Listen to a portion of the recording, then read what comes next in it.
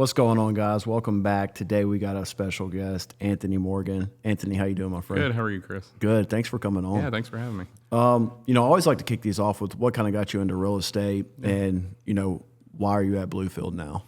Yeah, so, gosh, I've been in real estate 8 years now.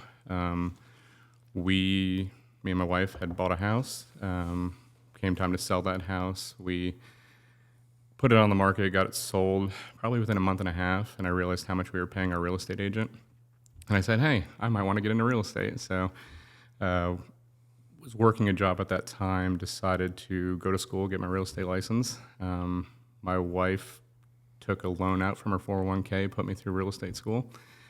Was working a full-time job at that time. I was working 60 hours a week. Did night school for real estate for every Tuesday, Thursday till about 10 o'clock at night. Went and passed my test, got my license, did part-time real estate for almost 2 years, 60 hours a week at a job and real estate at night and on the weekends.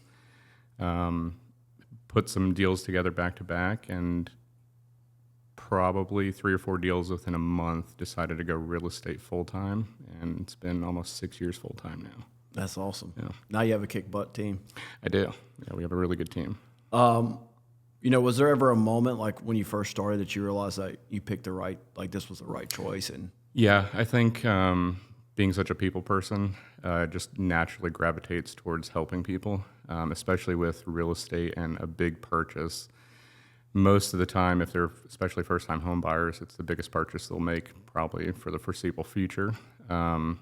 Thinking about helping people and guiding them, being a resource for them, I think is a big step, and just naturally gravitated towards that. yeah, and people don't realize that real estate agents are such a resource to their clients, right? Because you got to give them the home inspector, all the recommendations for a moving company, et cetera, et cetera. Yeah, I only know one moving company, so it's kind of easy. But I think everybody in the upstate only knows one moving company. Right, yeah, that's good. So how would you describe, we were kind of talking about a little bit before the podcast, but how would you describe, the current real estate market? Yeah, the market's interesting right now. I think it depends on definitely the house, the neighborhood, location.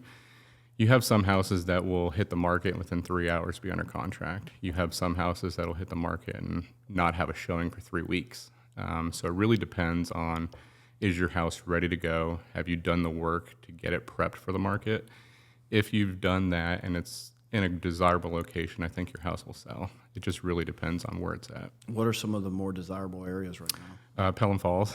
Yep. I've had a house, we put it on the market first day, went under contract. That house fell out of contract, buyers backed out. During due diligence period, we had it under contract again within the first 2 hours. That's insane. Fell out again. I had it under contract again for within an hour. Oh my gosh. Yeah, for third time's the charm, and we're moving towards closing. So. Is it just that location that makes it so desirable? Yeah, I think it's a mature neighborhood. People look for that these days. You have so many new construction neighborhoods that are going up with, no mature trees. Years of construction in a neighborhood can get tiresome. So I think having a home in a mature neighborhood that's already built up and already has that history in it, I think is a lot easier to sell. Does it make it more difficult if you buy a house in a new construction and there's still construction going on, but you have to resell it? Yes, because you're competing against a brand new yourself. build. Yeah, and those prices are inflated to a point where you're getting, all the incentives. It sounds great, but you are paying for it in the long run. So I think it depends on how long you've actually been in that house. If you've moved in and you're selling it within 2 to 3 months, it's probably not a good look. Yeah. Mm-hmm. How would you navigate something like that? You just have to be willing to wait it out? Yeah, you have to either wait it out or do something to stand out. Okay. So either you're going to have to, you're probably not going to make profit at that point. Maybe take a loss? Probably going to have to take a loss until that neighborhood is most likely built out. Okay. Mm-hmm. Cool. What do we think? Do we think that the market in the state it's in now is just because of interest rates and inflation? I do. I think it's a lot harder. A year ago we were in a little bit better position. I think that right now real estate's always going to have a need. So if you have to move, if you've had a child, if you're family's growing, if you're getting a divorce, something's always going to make you move. Closings happen every day. It depends on why. So it's not a necessity. It is a necessity based, whether, someone has to upgrade or downsize. It's not, oh, I like the color of this house or I like this layout, I want to move. It's more of a I need to move kind of thing right now. That's kind of how it was during the COVID era. Like everybody was working from home. It's like, oh, well, let's get a nice house because we're working from home. People were buying them without even seeing them. Yeah. So it's definitely a different time right now. Different time. What would you say is something that most buyers get wrong when they're first starting to search for a property? What they can afford. Okay. Yeah, because I think they see the number, on a piece of paper and they realize, oh, I can swing this, but can you swing this for 30 years? Yeah. That's the question. And things change, people change jobs, they get, raises, some people lose jobs. So it depends. You really want to make sure that you can afford it for the long term. And you're not blinded by the excitement. It's like a fresh new car. It has a new car smell for a little bit, and then it's going to get worn in. So do you still want it 5-6 years from now? Yeah. And I think people these days, it used to be, can I live here for 30 years? Now the average time I see people will call me within 4 to 5 years, and they're ready to upgrade. Yeah, that's what we're seeing because we watch a lot of that, like statistics and data, and it's like typically 5 to 7 years. Yeah, it's usually the average. It's probably going to increase a little bit now, so you're seeing a little bit change, but usually that's been the average. So what are some things that, if somebody's going to sell their house, what's some things they could do to instantly add value to that house? Yeah, I think smart upgrades. If you're going to put a ton of money into your home, think about what other people would want. Obviously, the kitchen's going to be your biggest thing, entertainment space. Easier fixes would be paint, neutral colors, decluttering, depersonalizing. Still some personal touches, but you do want to make it so someone can walk in and see themselves living there. Yeah, you don't want to like paint your kitchen cabinets pink or nothing like that. It's like selling a car. Like, if you're going to have air fresheners or, bumper stickers, you're probably going to want to remove those before you try to sell it. 100%. So, stuff like that. Can you tell us, maybe one or two things of what makes the Bluefield, specifically the porch light properties experience different for clients? Yeah, I think we're more service-based. You can look at our reviews. We don't have one review that's less than 5 stars. And we've always kept that at the forefront. We don't pay for Zillow leads or realtor.com or anything like that. It's all service-based, referrals, word of mouth. So I think helping people and knowing that at the end of the day, I'm going to ask you for a 5-star review. Yeah. We want to make sure we ask that and we don't have to not ask. So, for sure, yeah. We ask everybody that we end up working with to give us a review. So that's awesome. Yeah. It's really important to set that expectation up front. It's like, hey, I'm going to deliver this, and when I do, would you mind at the end? Yeah, you're setting a precedent. Like, hey, at the end, this is what I expect. So hopefully, I live up to that. That's what we train all our guys to do. Yeah. It's really cool.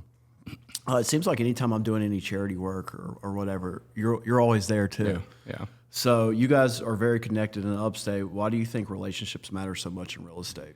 I think it's word of mouth and keeping a great reputation, especially with the public's perception of it. I think, some people think real estate agents just make all this money and they go on lavish vacations and drive fancy cars. And really, it's part of that, but also giving back to the community that you live in and you serve in, I think is a big part of it. Making a great amount of money is fun and well, but it's also nice to have the capacity to help others in need. So I think giving back is a big portion of what we strive to do. We like to help people, we like to sell houses, but I also like to have enough to give back to the community. It makes it super special. It makes it worth it. It does. How important, so like we were talking a little bit earlier, real estate agents are kind of like a Rolodex when it comes to what your needs. How important is it to be connected to strong businesses that can help your clients out, and how does that enhance your client experience? Yeah, I think, having someone that you can call right away and say, I need someone to cut a piece of granite for me, and I can send it to you within 1 minute. It's because I've done the experience. I know the people.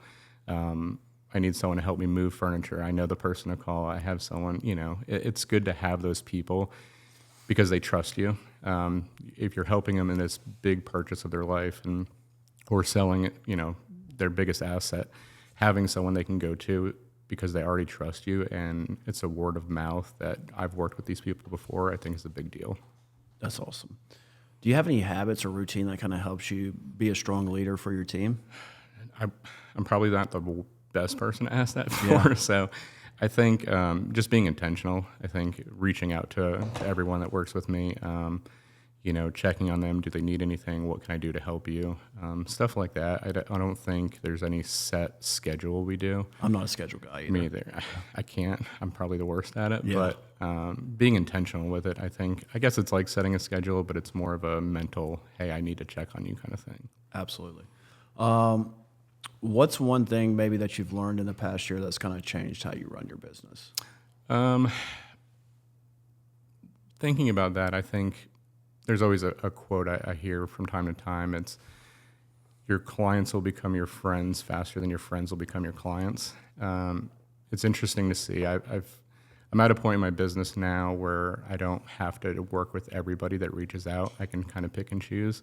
So it's interesting to see when the tables are turned and you have clients that choose not to work with you, because most likely everyone knows 5 to 6 real estate agents. Yeah. So it depends on, and they don't want you to know personal information or help you, certain aspects of that. So it's interesting to see.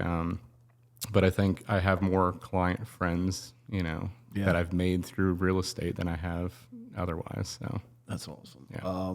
Where do you see Porch-like properties in the next 3 to 5 years? Are you looking to expand your team? I am, to a certain aspect. I don't want to become too big where I don't know who works for me, kind of thing.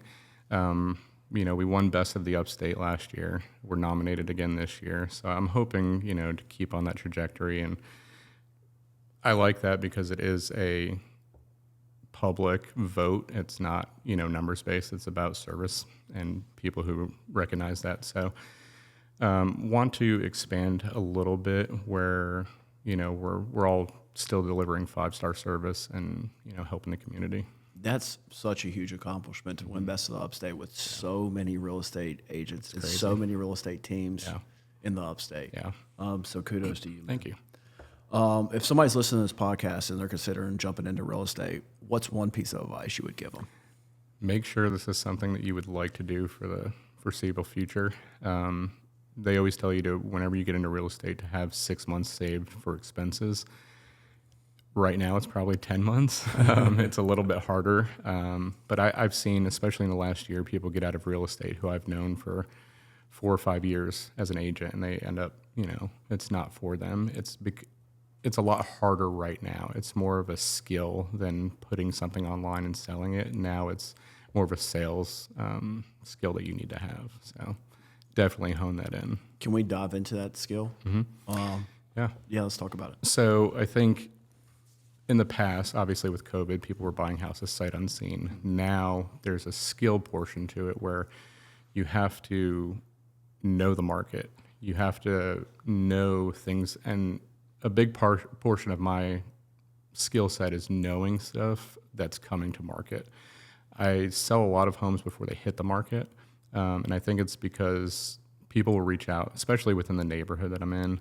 I've sold 7 homes this year before they even hit the market, just by word of mouth, and people know to reach out to me. I have something coming. Yeah. So I think definitely having a book of business and people that I think is a big portion of who to get into business. What's the attraction part of selling before hitting the market?